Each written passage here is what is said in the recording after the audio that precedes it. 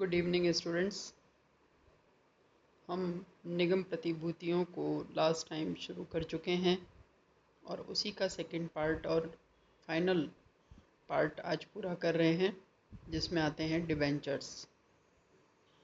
निगम प्रतिभूतियों के बारे में पहले भी डिस्कस जो किया था वो ये कि कॉरपोरेट सेक्टर में 3 तरह की सिक्योरिटीज़ या प्रतिभूतियां निर्गमित की जाती हैं स्थायी पूंजी प्रबंधन के लिए, फिक्स्ड कैपिटल फाइनेंसिंग के लिए, यानी जिसके लिए स्थायी संपत्तियां खरीदी जाएंगी उसके लिए जो फाइनेंसिंग होती है वो 3 तरह से या 3 सोर्सेज से की जाती हैं। Number 1 is shares, equity shares, number 2 is preference shares और नंबर 3 डिबेंचर्स। इक्विटी शेयर्स के लिए आपने पढ़ा था कि equity shares are the ownership certificate of the company, यानी इक्विटी शेयर होल्डर समता अंशधारी जो हैं संस्था के स्वामित्व पूंजी के रूप में देखे जाते हैं। अधिमान अंश, पूर्वाधिकार अंश या प्रेफरेंस शेयर्स वो होते हैं जो कंपनी के स्वामी नहीं होते, बल्कि वित्तीय सहायता प्रदान करने वाली एक विशेष प्रकार की प्रतिभूतियां होती हैं, जिन्हें संपत्ति की वापसी या लाभांश का भुगतान आदि सभी में पूर्व अधिकार मिलता है या प्रेफरेंस मिलता है। टुडेज टॉपिक इज डिबेंचर्स, ऋण पत्र। ऋण पत्र या डिबेंचर्स। डिबेंचर्स के लिए ये कहा जाता है कि ऋण पत्र कंपनी की सार्वमुद्रा के अधीन निर्गमित एक ऐसा प्रलेख है जो उन सभी शर्तों को स्पष्ट करता है जिनके अधीन वह निर्गमित किए गए हैं और उनका शोधन होना है। क्लियर सी बात है कि किसी भी कंपनी की एक सार्वमुद्रा होती है जो आप सभी जानते हैं, एक कॉमन सील होती है, जिसके अंतर्गत जब कंपनी लोन लेना चाहती है, ऋण के रूप में ऋण पत्रों का निर्गमन करती है, तो ऋण पत्र के निर्गमन के द्वारा वह लोन प्राप्त करती है या वित्त प्राप्त करती है, और जिसको विशेष रूप से जो अधिकार मिलता है या जो विशेष रूप से जो शर्तें उसके साथ लागू होती हैं वो ये कि उनको नियमित रूप से निश्चित दर से ब्याज दिया जाता है और कंपनी उसे अपनी जीवन काल में जिनका शोधन करती है। तो ऋण पत्र एक लिखित प्रलेख है। लिखित प्रलेख मतलब एक इंस्ट्रूमेंट है, एक सिक्योरिटी है, जिसके द्वारा कंपनी एक स्थायी पूंजी प्राप्त करती है। जैसा कि इसकी विशेषताओं से भी स्पष्ट है, ऋण की लिखित स्वीकृति। जब कंपनी ऋण पत्रों के माध्यम से या डिबेंचर्स के द्वारा वित्त प्राप्त करती है तो ये एक प्रकार का ऋण है, और इसके लिए जो लिखित स्वीकृति के रूप में ये एक डिबेंचर सर्टिफिकेट इशू किए जाते हैं, जिसके अधीन कंपनी ऋण लेती है। ऋण की वापसी।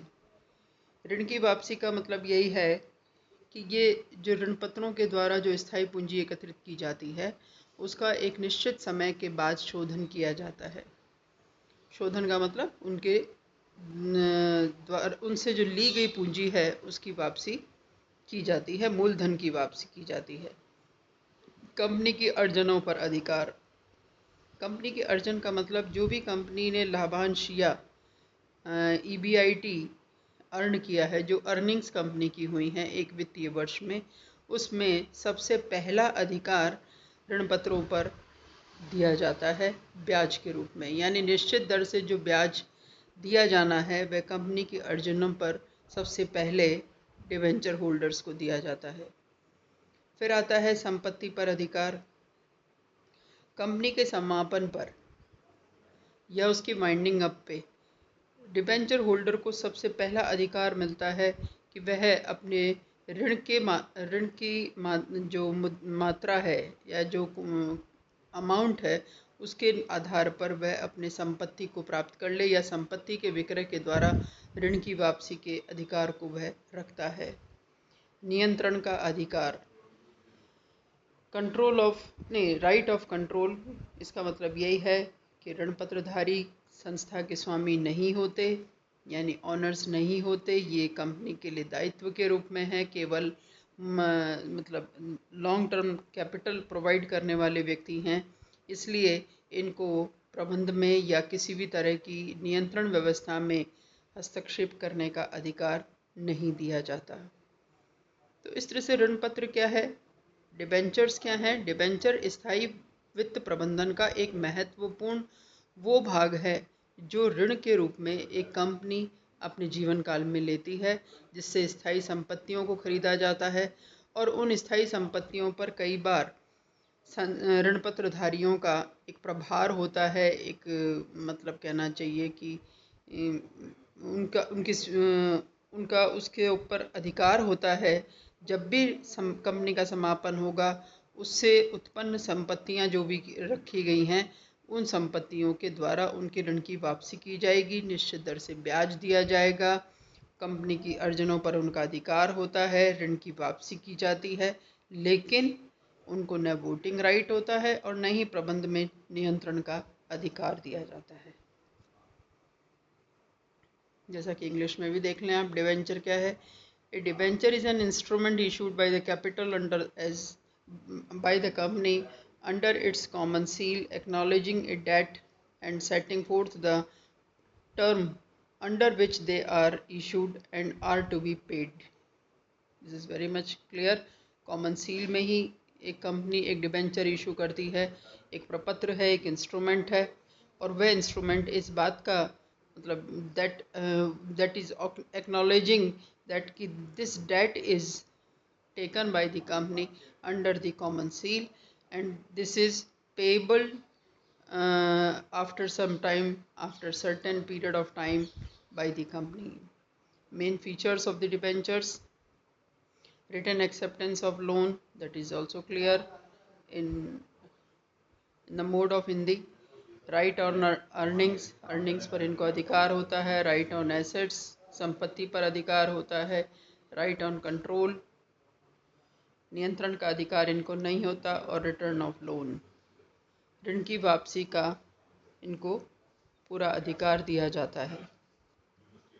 विशेष रूप से जो अंतर है ऋण पत्र का आपकी समता अंश पूंजी से, वो अंतर किस रूप में है कि समता अंश पूंजी धारी जो होते हैं, जो इक्विटी शेयर होल्डर्स होते हैं, वो कंपनी के स्वामी कहे जाते हैं. उनको संपत्ति की वापसी, अर्जनों पर अधिकार या एक निश्चित दर से लाभांश जैसी कोई व्यवस्था उनके लिए नहीं होती. उनका अंतिम अधिकार होता है संपत्ति के ऊपर, यानी यदि कोई संपत्ति बचती है तो वह उस पर अपना अधिकार रख सकते हैं. यदि लाभांश की कोई राशि बचती है तो उस पर उनको अधिकार दिया जाता है, यानी अर्निंग पर शेयर आता है. या उनको किसी भी प्रकार के समापन के समय जो शेष राशि या अंतिम शेष राशि है, फाइनल रेसिडुअल जो है, उसमें ही उनको अधिकार दिया जाता है. जबकि ऋण पत्रधारी हर जगह प्रथम अधिकार रखते हैं, फर्स्ट राइट रखते हैं. फर्स्ट कहना चाहिए कि उनको प्रेफरेंस दी जाती है, चाहे वो EBIT में से ब्याज के रूप में हो, या ऋण के शोधन के रूप में यानी रिडम्पशन ऑफ लोन के रूप में हो, या समापन के समय उनके संपत्ति की वापसी के रूप में हो. सभी प्रकार से ऋण पत्रधारी एक कंपनी के लिए लोन प्रदान करने वाले व्यक्ति हैं या होल्डर्स हैं, जिनको कि इस प्रकार का प्रथम अधिकार दिया जाता है. अब आते हैं हम ऋण पत्रों के प्रकार पर. Types of debentures according to company law 2013. 1956 का जो कंपनी लॉ है, उसके बाद नया कंपनी लॉ जैसा आप सभी जानते हैं 2013 बना, और उसमें डिबेंचर्स के टाइप्स को डिफाइन किया गया है. There are certain types of debentures, जैसे अकॉर्डिंग टू सिक्योरिटीज़. हिंदी वाले बच्चे ज़रा इसी फ्लो चार्ट को या इसी डायग्राम को हिंदी में भी मतलब नोट कर लें. टाइप्स ऑफ डिबेंचर्स का मतलब ऋण पत्र के प्रकार. सिक्योरिटी यानी सुरक्षा के आधार पर ऋण पत्र दो प्रकार के होते हैं, सिक्योर्ड और अनसिक्योर्ड, सुरक्षित और असुरक्षित. सुरक्षित ऋण पत्र कौन से होते हैं? जिनके आधार पर संपत्ति रखी जाती है या जिनको संपत्ति पर एक प्रभार दिया जाता है, यानी संपत्ति पर एक विशेष राइट दिया जाता है, वो कहलाते हैं सिक्योर्ड. कहने का मतलब जैसे मान लीजिए 2 लाख रुपए के डिबेंचर्स इशू किए गए और 2 लाख रुपए की संपत्ति उसके अगेंस्ट खरीदी गई है, तो वो पर्टिकुलर जो एसेट होगी उस एसेट पर इन डिबेंचर होल्डर्स का पूरा राइट होता है। जब भी कंपनी समापन होगी या दिवालिया होगी या उसको शोधन की बात होगी, तो वह उस संपत्ति पे से अपना पूरा अधिकार रखेंगे अपने ऋण की वापसी का। यानी संस्था कभी भी उन डिबेंचर होल्डर्स की परमिशन के बिना उस पर्टिकुलर एसेट का क्रय विक्रय या सेलिंग बाइंग या ट्रांजैक्शन नहीं कर सकती। उसको केवल बिजनेस के लिए काम में लिया जा सकता है। अनसिक्योर्ड डिबेंचर्स, असुरक्षित ऋण पत्र कौन से होते हैं? जिसके अगेंस्ट किसी प्रकार की विशेष संपत्ति नहीं होती, अपितु संपूर्ण व्यवसाय की संपूर्ण संपत्तियों पर इनका अधिकार होता है, लेकिन फिर भी कोई विशेष संपत्ति नहीं होने के कारण इनको असुरक्षित कहा जाता है। टेन्योर यानी समय अवधि के आधार पर रिडीमेबल और इररिडीमेबल यानी शोधनीय एवं अशोधनीय ऋण पत्र। रिडीमेबल, शोधनीय या शोध्य जिनको कहा जा सकता है, शोध्य या रिडीमेबल डिबेंचर्स वो होते हैं जिनका कि कंपनी अपने जीवन काल में एक सर्टेन पीरियड के बाद में जिनका शोधन करती है, यानी जिनके ऋणों की वापसी का एक निश्चित मतलब एक प्रोविज़न होता है कंपनी के द्वारा और उनका शोधन कर दिया जाता है, चाहे संस्था के पास उतनी मात्रा में संपत्ति हो या नहीं हो, लेकिन उनका रिडम्पशन आवश्यक रूप से होता है। इररिडीमेबल यानी अशोधनीय ऋण पत्र वो होते हैं जिनका कि कंपनी अपने जीवन काल में अपने लाइफ टाइम में रिडम्पशन नहीं करती, बल्कि जब भी कंपनी का वाइंडिंग अप होगा या समापन होगा तभी उनका रिडम्पशन होता है, शोधन होता है, और उस आधार पर वो अशोधनीय या अशोध्य ऋण पत्र कहे जाते हैं। फिर आते हैं mode of redemption. Mode of redemption का मतलब यही है कि उनके शोधन का तरीका क्या हो सकता है। एक तो होते हैं परिवर्तनशील कन्वर्टिबल, नॉन कन्वर्टिबल मतलब जिनको अपरिवर्तनशील कहा जाता है, और तीसरे होते हैं पार्टली कन्वर्टिबल डिबेंचर्स, यानी जो आंशिक रूप से परिवर्तनशील होते हैं, हिंदी में जिनको कहा जा सकता है। यानी शोधन के भी 3 प्रकार हैं। शोधनीय ऋण पत्रों को हम 3 भागों में बांटते हैं। कन्वर्टिबल का मतलब जिनको कंपनी एक निश्चित समय के बाद समता अंशधारी या समता अंशों में परिवर्तित कर सकती है या करने का अधिकार देती है, that is convertible into equity shares. तो इस तरह से वो एक निश्चित समय तक तो क्या कहलाते हैं? डिबेंचर्स कहलाते हैं, दायित्व के रूप में होते हैं। और दूसरी तरफ जैसे एक certain period of time complete होता है, यानी तब तक वो अपने ऋण पत्रों का शोधन नहीं करते हैं, तो उनको राइट मिल जाता है कि वो अपने ऋण पत्रों को इक्विटी शेयर्स में कन्वर्ट कर लें या परिवर्तित कर लें, इसलिए वो कन्वर्टिबल कहलाते हैं। नॉन कन्वर्टिबल वो होते हैं जिस पर इस तरह का कोई प्रोविज़न नहीं होता, इस तरह का कोई प्रावधान नहीं होता। उनको ऋण पत्रों की तरह ही लिया जाता है और ऋण पत्रों की तरह ही उनका शोधन लास्ट में कर दिया जाता है। उनको कन्वर्टिबिलिटी का कोई राइट नहीं दिया जाता।